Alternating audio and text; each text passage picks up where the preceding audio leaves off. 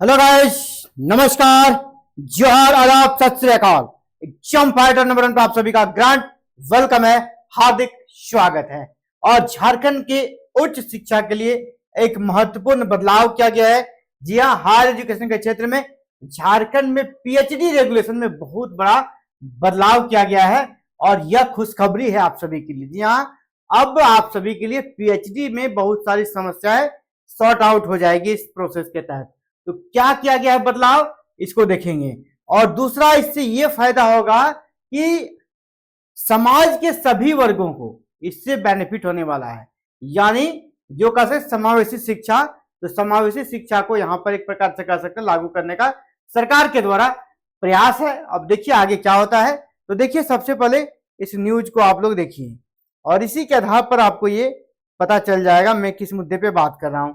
तो ये देखिए 7 अप्रैल का, हालांकि ये वीडियो कल ही बनना था, तो कुछ टाइम शेड्यूल नहीं बनने के कारण हम आज आप सभी के बीच इसको लेकर आए हैं, लेकिन जरूरी है, इसीलिए इसको हमको लगा कि ये सेशन जरूर होना चाहिए, क्योंकि आप सभी पीएचडी के बारे में बहुत परेशान रहते हैं। देखिए, पीएचडी को लेकर बड़ा बदलाव झारखंड में किया गया है और ये बदलाव देख पा रहे होंगे, ये भास्कर के सौजन्य से, भास्कर ब्रेकिंग 7 अप्रैल का ये न्यूज है, वहां से मैं आप सभी के बीच ये आप सभी के साथ शेयर कर रहा हूं। यूजीसी रेगुलेशन 2022 जो कि झारखंड में चल रहा है, अब इसका नियमावली में क्या किया गया है, पीएचडी एडमिशन में इसी सत्र से, यानी अभी जो नया पीएचडी में एडमिशन होगा, यहां पर आरक्षण लागू होगा। पहले होता था कि जितनी सीटें हैं उस प्रकार से वहां पर लोग एडमिशन ले लेते अपने गाइड सेलेक्ट करके, लेकिन आपको पूरा आरक्षण रोस्टर का अब यहाँ पर पालन करना होगा। ठीक है, पूरा आरक्षण रोस्टर यहाँ पर पालन करना होगा। किस प्रकार आरक्षण रोस्टर है आप समझ लीजिए, क्या क्या चीज यहाँ पर होने वाला है और किसको कितना आरक्षण मिलने वाला है। तो देखिए, अभी फिलहाल जो यहाँ पर आरक्षण है उसको समझिए। मैं झारखंड की बात कर रहा हूँ। झारखंड में यहाँ यूआर के लिए 40%, ठीक है, एसटी के लिए 26%, एससी के लिए 10% और ओबीसी के लिए 14% और ईडब्ल्यूएस के लिए 10%। यही आरक्षण का शेड्यूल है। ये आरक्षण का जो है ना पालन अब पीएचडी एडमिशन में भी होगा, यानी हर एक वर्ग तबका का बच्चा अब पीएचडी कर पाएगा, क्योंकि उसके कोटे का सीट रिक्त भी रह सकता है ना, या उसको बैकलॉग मान लिया जाएगा। चलिए पूरे न्यूज को पहले समझते हैं। झारखंड में पीएचडी एडमिशन का सिस्टम बदलने जा रहा है। अब विश्वविद्यालय में पीएचडी सीटों पर नामांकन मेरिट के साथ, मेरिट जो आता है साथ साथ राज्य सरकार के आरक्षण रोस्टर के आधार पर होगा। यानी झारखंड सरकार का जो आरक्षण रोस्टर है उसके अकॉर्डिंग अब वहां पर एडमिशन होगा। रेगुलेशन 2022 के अनुसार तैयार कर ली गई है और इसे इसी सत्र से, यानी अभी 26 में जो आप पीएचडी में एडमिशन लेंगे, यहीं से ये लागू हो जाएगा। सभी सरकारी यूनिवर्सिटी में यहाँ पर लागू कर दिया जाएगा और प्राइवेट को भी इसको पालन करना होगा। नई व्यवस्था लागू होने के बाद सभी विश्वविद्यालयों और विभागों को पीएचडी सीट मैट्रिक्स तैयार करना अनिवार्य है। सीट मैट्रिक्स आपको तैयार करना है और वो भी क्या, कैटेगरी वाइज, है ना, अलग अलग कैटेगरी वाइज सीट मैट्रिक्स तैयार करना है। सीट मैट्रिक्स में ये भी दिखाना गाइड। अभी सबसे बड़ा सवाल ये होता था कि गाइड किसको बनाए, कितना गाइड है, किसके पास कितनी सीट है, रिक्त है किस गाइड के पास, ये सब आपको पता नहीं होता। लेकिन अब ये सब सीधे यहाँ पर सीट मैट्रिक्स में ही इसका जिक्र रहेगा, यानी गाइड का भी नाम रहेगा। जिस प्रकार अदर स्टेट में आप देखते हैं जब सीटें आती है, वैकेंसी पीएचडी के लिए रिक्तियां आती है, आप देखेंगे आपके लिए गाइड का नाम, विषय से संबंधित गाइड का नाम भी वहां दिया रहता है। अब वही झारखंड में भी होगा। मान ली हिस्ट्री है तो आपको दिख जाएगा कि हिस्ट्री में कितने प्रोफेसर यहाँ पर, कितने लोग सुपरवाइजर बनेंगे, ठीक है, कितने लोग बनेंगे और किसके पास कितनी रिक्तियां हैं, यानी सबका कोटा होता है ना। जैसे कि असिस्टेंट प्रोफेसर के अंदर 4 रिसर्च स्कॉलर रहते हैं, एसोसिएट के तहत 6 रहते हैं और जो प्रोफेसर है उसके तहत 8 रहते हैं। यहाँ ये भी दिखेगा कि 4 में से कितने उसके अंडर लोग कर रहे हैं और कितना पद रिक्त। मान ली 4 में से 1 लोग यहाँ पर रजिस्टर्ड है और 3 लोग यहाँ पर आ सकता है, तो आपको रहेगा कि मान ली डॉक्टर एसके मंडल के पास आप 3 लोग कर सकते हैं। इसी प्रकार एसोसिएट अगर कोई है तो उसके अंडर कितने लोग कर सकते हैं, ये पूरा यहाँ पर इस प्रकार लिखा रहेगा। यानी कर सकते हैं, एडमिशन लेना आसान हो जाएगा। बहुत सारा एडमिशन तो इसलिए भी रुका है, रांची यूनिवर्सिटी का मैं बात कर रहा हूँ, वहां पर गाइड नहीं मिल रहे हैं ना, गाइड मिल नहीं रहे हैं। परमानेंट असिस्टेंट प्रोफेसर की संख्या में भारी कमी है, इसके चलते गाइड नहीं मिल रहे हैं। अब ये चीजें यहाँ पर क्लियर रहेगी, आपको ढूंढना नहीं पड़ेगा, सब कुछ रोस्टर के अनुसार वहां पे लिख दिया जाएगा। कुल सीट और आरक्षण रोस्टर के अनुसार किस कैटेगरी का कितना सीट है ये भी पूरी तरह क्लियर करना पड़ेगा।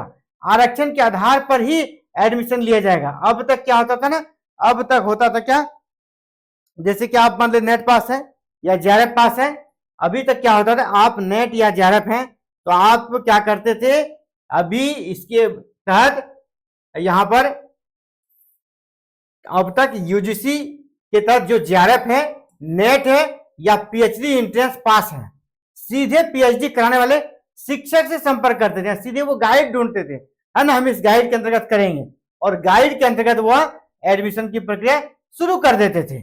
इसमें आरक्षण रीति का स्पष्ट पालन नहीं होता था। अब गाइड को लगता था किसी भी कैटेगरी का रहे, वो उसके स्वविवेक पर निर्भर था, हमको किस कैटेगरी के बच्चे को लेना है, तो वो अब खत्म हो जाएगा। ठीक है, ये क्लियर रहेगा कि उसके पास किस कैटेगरी का कितना है। अब ये मान लो 4 है तो 4 में से अब 40% रहेगा आपके लिए यूआर का। ठीक है, आप मान लीजिए इसी में से 14% रहेगा ओबीसी का। ठीक है, ये हो गया यूआर, इसी प्रकार ये हो गया ओबीसी। तो उसके पास भी सीटों को बांट दिया जाएगा, ऐसा नहीं कि कोई गाइड अब जो जिस भी कैटेगरी का चाहे नहीं, उसके पास भी जो भी 4 सीटें रहेगी, है ना, जो जिसका रजिस्ट्रेशन होना है वो भी कैटेगरी वाइज रहेगा, यानी पूरा क्लियर है। राज्य में यहाँ पर फिलहाल शिक्षकों की कार्य भारी कमी है, इसको लेकर गाइड नहीं मिल रहे थे और बच्चे परेशान रहते थे। अब इस प्रकार की चीजें अगर स्पष्ट दिखेगी तो उसको लगेगा कि हमारे अकॉर्डिंग वहां पे है, तो वो अप्लाई करेंगे, नहीं क्यों अप्लाई करेंगे। अभी आपको पता है यहाँ पे झारखंड में 40% सीट रिक्त है। ठीक है, 40% सीट रिक्त है, इसीलिए रांची यूनिवर्सिटी ने एक अच्छा कदम भी उठाया है।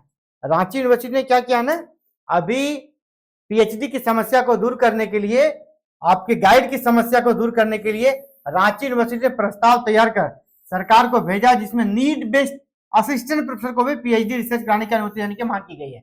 इनका कहना है कि जो need based assistant professor PhD कर चुके हैं ना, जिनका पीएचडी हो चुका है, उनको पीएचडी कराने का राइट मिलना चाहिए और इससे समस्याएं दूर होगी।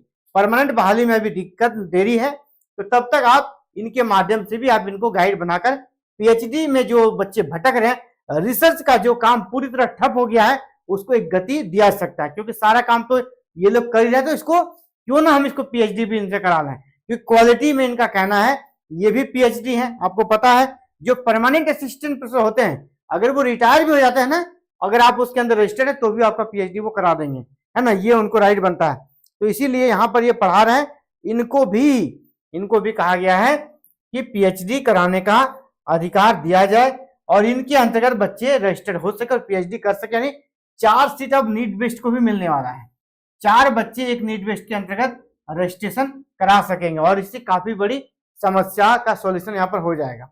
देखिए, अलग अलग पृष्ठभूमि के छात्रों ने शोध का दायरा बढ़ेगा। जी हाँ, अगर इस प्रकार आरक्षण रोस्टर का पालन किया जाएगा तो हर एक कैटेगरी के बच्चे रिसर्च के क्षेत्र में आगे बढ़ेंगे, शोध का कार्य यहाँ पर आगे बढ़ेगा।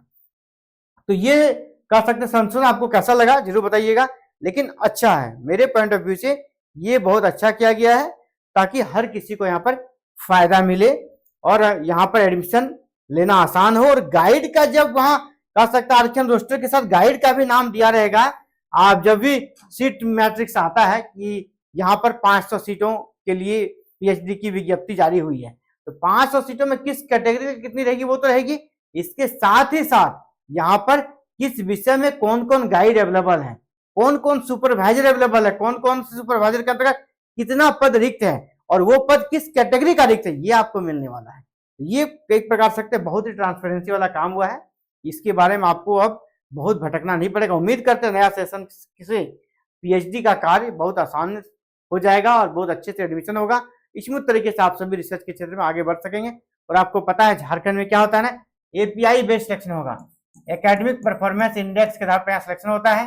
तो आपका पीएचडी का 15 पॉइंट है, पीएचडी का कितना पॉइंट है 15, ठीक है, पीएचडी का पॉइंट कितना हो गया 15 पॉइंट है। तो 15 नंबर आप कहीं से नहीं ला पाएंगे पीएचडी वाले को ओवरटेक करने के लिए, ठीक है, इसीलिए पीएचडी यहाँ पर मस्ट है।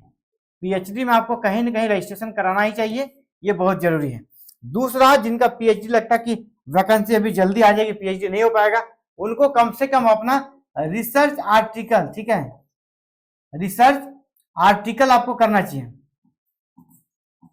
रिसर्च आर्टिकल जो शोध पत्र होता है वो आपको करके ही रखना चाहिए रिसर्च आर्टिकल। और ये कितना चाहिए? रिसर्च आर्टिकल आपको 8 चाहिए। ये 8 नंबर आप बढ़वा लीजिए। ये 8 नंबर रिसर्च आर्टिकल के माध्यम से आपको जर्नल्स में लिखाना होगा। कौन सा जर्नल? पीर रिव्यू। अभी जो जर्नल होता था यूजीसी लिस्टेड, उसको बैठा दिया है, यूजीसी केयर लिस्ट को बैठा दिया। तो नहीं, आपके लिए अच्छी बात यही है, आप जो पीर रिव्यू जर्नल है ना, उसमें भी आप अगर पब्लिश कराते हैं तो आपको पर आर्टिकल 1 नंबर दिया जाएगा। यानी 8 आर्टिकल आपको पब्लिश कराना होगा तो आपको 8 नंबर यहां से मिल जाएगा। ठीक है, तो 8 नंबर कम से कम आप जुगाड़ कर लीजिए। पीएचडी में जब तक पीएचडी आपका होगा, इसी बीच 8 नंबर यहां से ले लीजिए। तो 8 नंबर यहां प्लस 15 नंबर, आप पीएचडी करते करते आपको कितना हो जाएगा? 23 नंबर, 23 नंबर आप आगे चले जाएंगे। आसानी से आपका सिलेक्शन हो जाएगा, क्योंकि झारखंड में एपीआई बेस्ड सिलेक्शन प्रोसेस यहाँ पर चलता है। अगर साथियों, अगर आपको रिसर्च आर्टिकल पब्लिश कराना है, कहीं कोई दिक्कत है कि नहीं, हम रिसर्च आर्टिकल कैसे लिखे समझ नहीं आता है, तो उसके लिए मैं कह रहूंगा कि यहाँ पर एक मैं नंबर दे रहा हूँ, इस नंबर पे आप कॉल कर लीजिएगा। आपको जरूरी सहायता दी जाएगी 7541840154। रिसर्च आर्टिकल जो 8 नंबर आपको चाहिए, इस 8 नंबर को लाने के लिए आप इस नंबर पे कॉल कीजिएगा। आपको पूरी गाइडलाइन यहाँ पर बताई जाएगी कैसे आप रिसर्च आर्टिकल लिखेंगे जो आपको 8 नंबर मिले। क्या रिसर्च आर्टिकल लिखना हो या पीएचडी का रिसर्च प्रपोजल सिनॉप्सिस बनवाना हो, उन सभी के लिए भी है ना, आपको यहाँ पर हमारी टीम आपको मदद करेगी। ठीक है, 24 आवर आपके लिए रेडी है मदद करने के लिए। बस है कि आपको थोड़ा मेहनत करना होगा, अलर्ट रहना होगा, कम समय में सभी चीजें कर लीजिए, नहीं तो बाद में फिर वैकेंसी आपके हाथ से निकल जाएगा। तो फिलहाल साथियों इस वीडियो में इतना ही। Thank you very much for watching this video and connecting with exam fighter number 1। Thank you. जय हिंद, जय भारत। साथियों एक रिक्वेस्ट, 2 सेकंड का समय देकर चैनल को सब्सक्राइब जरूर कर लीजिएगा, क्योंकि हायर एजुकेशन को डेडिकेटेड इंडिया का नंबर 1 चैनल है आपका exam fighter number 1। Thank you. जय हिंद।